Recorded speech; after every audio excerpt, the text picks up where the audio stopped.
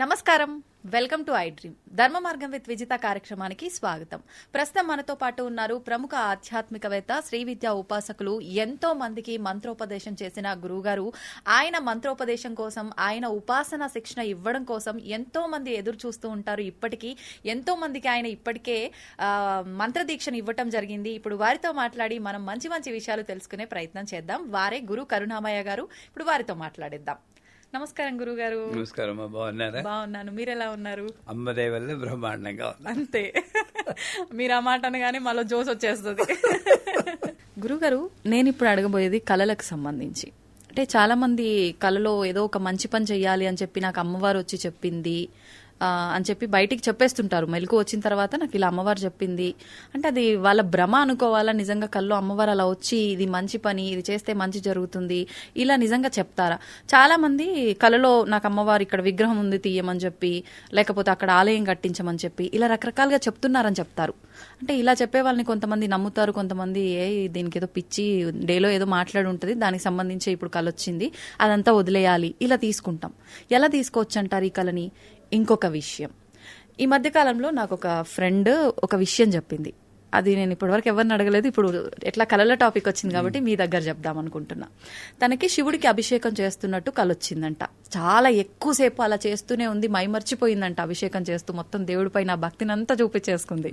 తీరా మెలకు వచ్చిన తర్వాత చూస్తే తను అప్పుడు నెలసరి సమయంలో ఉంది, పీరియడ్స్ లో ఉంది. తను ఇంకా ఏడుపు ఒక్కటే తక్కువ తనకి. ఏంటి ఇలా అయింది? నేను అభిషేకం చేసినంత వరకు బాగుంది, అది కళ అని తెలిసినా సంతోషపడేదాన్ని, కల్లో అయినా అంతసేపు చేసినా అని చెప్పి. కానీ తీరా చూస్తే నేను ఇలా ఉన్నాను, నాకేమైనా దోషమా, అసలు నాకు ఎందుకు వచ్చింది ఇలాంటి కళ? ఈ విషయం తను నాకు చెప్పింది. దీన్ని ఎలా తీసుకోవచ్చు అంటారు? అసలు ముందు మీ ఫ్రెండ్ విషయం తీసుకుందాం. జాగ్రత్త, స్వప్న, సుషుప్తి అవస్థలు 3 ఉన్నాయి. ఇందులో మీ ఫ్రెండ్ అనుభవం స్వప్న సుషుప్తుల్లో అనుభవించుంటుంది. ఇందులో ఈ రెండిట్లోనూ మీరు లేరు. స్వప్నంలో మీరు మనం ఉండము. స్వప్నంలో ఏంటి, నేను మగాడినా ఆడదాన్నా అంటే అది ఉండదు, అసలు ఏం ఉండదు. సుషుప్తి అంటే అసలు కల కూడా ఉండదు, అటువంటిది అది కాదు. అంచేత నేను లేనప్పుడు నాకు పీరియడ్స్ ఎలా వస్తాయి? మెలకొచ్చేకే నా స్థితి నాకు గుర్తొచ్చింది. అంచేత ఇంకోటి ఏంటంటే, ఆ స్థితిలో వచ్చిన ఈశ్వరుడికి తెలుసుగా నీకు పీరియడ్స్ ఉన్నాయని తెలుసు. అయినా సరే వచ్చేటంటే అది దోషం లేదనే కదా. నువ్వు దాన్ని సరిగ్గా అర్థం చేసుకుని నా దోషం ఉందని నువ్వు క్రియేట్ చేసుకుంటున్నావు కదా దోషం. ఆ ఈశ్వరుడు సర్వాంతర్యామి, సర్వజ్ఞ అన్ని తెలిసినవాడు. ఈ అమ్మాయికి పీరియడ్స్ ఉంది, నేను కళ్ళలో రాకూడదని అనుకుని రాకుండా ఉండాలి కదా మరి న్యాయంగాను. అంతే. వచ్చేడు అంటే నీ ప్రయత్నము, నీ ప్రేమేం లేకుండా వచ్చిన దానికి నీ బాధ్యత ఎంత మాత్రం లేదు. ఇకపోతే మా గురువు గారు చెప్పారు, 2 ఉన్నాయి, విజన్ అండ్ మెమరీ లీక్ అని. కళలు అనేవి మోస్ట్లీ మెమరీ లీక్. ఈవిడికి 3 వంతులు శివరాత్రి ముందు వచ్చి ఉండాలి కళ. ఇది శివుడి గురించి ఆలోచిస్తుంటా కదా, శివరాత్రి ముందు కాబట్టి శివుడు వచ్చేస్తాడు. అవన్నీ మెమరీ లీక్లు. అంచేత మోస్ట్లీ మెమరీ లీకే ఉంటుంది. విజన్ అంటే ఏమిటి అని మా గురుగారు అడిగితే, నీకు ఇంత ముందు చూడనటువంటి ఆకారాలు కానీ, చూడలేటువంటి దృశ్యాలు కానీ కనబడితే నీ మెమరీకి బియాండ్ యువర్ మెమరీ, అది విషన్ అని గుర్తుంచుకోవాలన్నారు. ఇప్పుడు మా కళలో మధురై మీనాక్షి కనబడింది, మంచిదే, మెమరీ లీక్. ఆకాశంలోని పుష్పవర్షం కురిచింది, మెమరీ లీక్. కాకపోతే అరటి చెట్టు నుండి కలుపు వచ్చింది, బుర్ర తిరిగిపోతుంది. ఎలా వచ్చింది? ఏదో ఉద్దేశం ఉంది. దీని మళ్ళీ వ్యాఖ్యానాలు చెప్పమని అడుగుతుంటాను. నాకు నా గురువుగారితో కూర్చున్నప్పుడు కుంభాభిషేకం అప్పుడు ఇక్కడ కూర్చో జపం, కళ్ళు మూసుకో అన్నాడు. అప్పుడు కళ నిద్రపోలేదు కూడా. మూసుకుంటే చుట్టూరా ఉన్న జనాలకు బదులు గాజులేసుకున్న చేతులు వచ్చి, భూమి మీద నుండి చేతులు వచ్చి ఇలా మా మీద అక్షతలు వేస్తుంది. మా మీద అక్షతలు పైనుండి పడాలి కానీ భూమి మీద నుండి రావడం ఏమిటి? అలా చూస్తూనే ఉన్నాను అనమాట. లోపల మా గురువు గారి గురుపత్ని అన్నపూర్ణాంబ వచ్చి, ఎరసు ఇక్కడున్నావేంటి? ఇక్కడే ఉన్నాను, గురువుగారి పక్కన కూర్చున్నాను. లేదు, ఇక్కడ ఉంటుంటే సహస్రాక్షి దగ్గర కూర్చుని నువ్వు లలిత సహస్రం చదువుతున్నా, నేను వినొచ్చాను. అంటే ఏమిటి, ఆ టైంలో శరీరానికి అతీతమైన అనుభవం కలిగింది. నేను ఇలా చూస్తున్నాను, నేను ఇక్కడే ఉంటే గురువుగారు నా వైపు చూసి నవ్వుతున్నారు, అది అనుభవం, అది విషన్ అని చెప్పి. కాకపోతే మరి కల్లో అమ్మవారు కనబడి చేయమంది, అది చేయమంది అనుకుంటే ఓ పాజిటివ్గా తీసుకుని మెమరీ లీక్ అయినా కూడా మంచే కదా, చేస్తే పోయింది కదా, అది మెమరీ విజన్ అనుకుని నాకు అమ్మవారు గుడి కట్టించమంటే శక్తి ఉంటే గుడి కట్టిస్తే మన జీవితం బాగుపడుతుంది, 10 మందికి బాగుంటుంది. అదే ఎవరినో పొడి చేసినట్టు ఒక కళ వస్తుంది అనుకోండి, అది నేను మెమరీ లీక్ అనుకోవాలి. ఎవడి మీద నాకు కోపం ఉంది, అది దానికి మేనిఫెస్ట్ అయిపోయి పొడిచినట్టు అస్సలు పట్టించుకోకూడదు అనాలి. ఆ మెమరీ లేకని విజన్ కింద తీసుకోవాలి. దీన్నేమో అందుకే పీడకల్లని అందరూ అందరి దగ్గరికి వెళ్తూ ఉంటారు. స్వామి నాకు, మీకు కూడా చూడండి, ఒకప్పుడు దొంగాడెవడో ఇంట్లోకి వచ్చినట్టు మన అరవాలనిపిస్తుంది, నోరు రాదు, అరుస్తున్నాం అనుకుంటాం. అవును, అవునా కాదా? అంటే ఏంటి, మీ మెంటల్ స్టేట్ ని బట్టి ఆ కళ వస్తూ ఉంటుంది. పీడకలు ఇవన్నీ వచ్చినప్పుడు చాలాసార్లు చచ్చిపోయినట్టు వస్తుంది, మనమే చచ్చిపోయినట్టు వస్తుంది, లేదా గొప్ప కష్టం వస్తున్నట్టు, బస్సు కింద పడిపోయినట్టు కూడా వస్తుంది.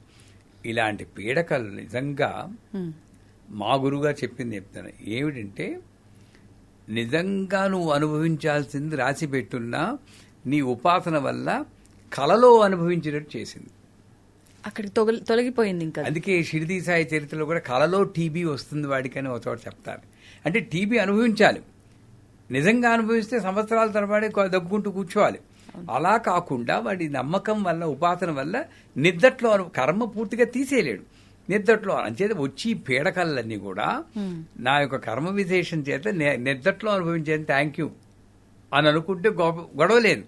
దీన్ని పట్టుకెళ్ళి మళ్ళీ ఎవరి దగ్గరకు వెళ్ళిపోయి ఇది వచ్చిందంటే అగో పలానా హోమం చేసే అంటారు వాళ్ళు, డబ్బు ఖర్చు అవుతుంది, ఇవన్నీ అనవసరం నా దృష్టిలో. ఏదైనా సరే అమ్మవారు లేలేనండి, మంచి వచ్చినా చెడు వచ్చినా అమ్మవారు, మంచి చెడు లేవు, ధర్మాధర్మ వివిధిత. మంచి కళ వచ్చింది, విదిత గారికి పట్టు చీర కొనివ్వండి అని వచ్చింది అనుకోండి, కొనిస్తే పోలే, మంచిదే చేస్తున్నారు కదా గురుగారు అయితే. అంతేగాని దాన్ని మళ్ళీ విశ్లేషణ చేసుకోవడం ఎందుకు? అవును, అదే ఒక పీడకలో చెడ్డకలో వచ్చింది అనుకోండి, అవన్నీ లీక్లే, మెమరీ లీక్, ఏం పట్టించుకోకలేదు. ఎప్పుడో నిజంగా జరగాల్సింది నా అదృష్టం బాగుంది, కల్లో అయిపోయింది, నిజంగా అయిపోతే ఎంత ఘోరంగా ఉండని అమ్మవారికి థ్యాంక్స్ చెప్పుకోవాలి, పీడకలకి అమ్మవారికి థ్యాంక్స్ చెప్పుకోవాలి. అది కరెక్ట్ అయినటువంటి పద్ధతి. అంటే కళల్లో అమ్మవారు చెప్పింది నిజంగా వచ్చిందా అంటే, నమ్మితే అమ్మ లేకపోతే బొమ్మ అని అంటూ ఉంటారు కదా, అలాగే మంచి నమ్మకం ఉండడం ఎప్పుడు మంచిదే. రేపు ఏమిటో గ్యారంటీ లేదని అన్ని వేదం అని చెబుతుంది, ఉపనిషత్తు, కానీ నెక్స్ట్ వీక్ కలుస్తాను అయి ఏ ధైర్యంతో చెప్తున్నావు? పాజిటివ్ కాబట్టి.